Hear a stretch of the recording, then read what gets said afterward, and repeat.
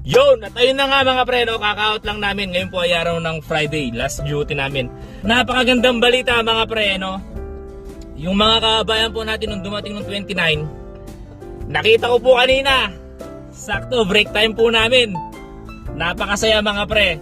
Ang dami po nila. Akala ko 12 lang sila. 20 po pala sila, 20 individual. Karami pong dumating.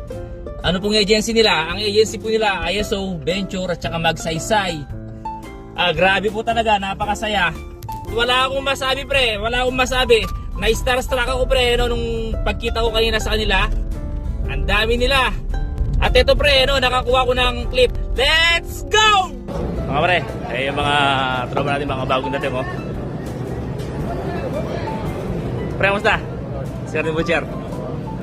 Ilan kayo pre? 20? 18 butcher. Lahat kayo pre, Pilipinas. Oo. 18 butcher. Ay mga pre, oh. Ito yan mga pre. Relax lang natin mga pre, ay relax natin yung mga tropa natin. Yun pre, nakita nyo pre, ang dami po nila eh, no?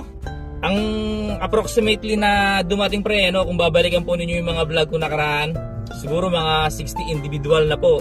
Sa loob lang po ng 4 na buwan. Last year po kasi, 2025, mga dumating po, more or less 200 person din po eh, no? Nakaraang taon, more or less 200 na katao. Ngayon po, halos 4 na buwan pa lang po ang natatapos ngayong taon eh, no? Halos 16 individual na po ang dumarating ng mga kabayan natin. At yun lang pre, no? Patuloy lang po akong nag-update sa inyo upang sa ganun kahit paano meron po kayong idea kung paano pumunta rito, kung paano mag-apply at saka yung mga kabayan po natin na dumarating.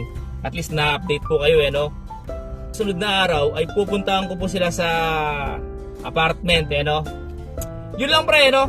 Si Discarding Butcher po ito na nagsasabing mag-ingat po tayo palagi and God bless.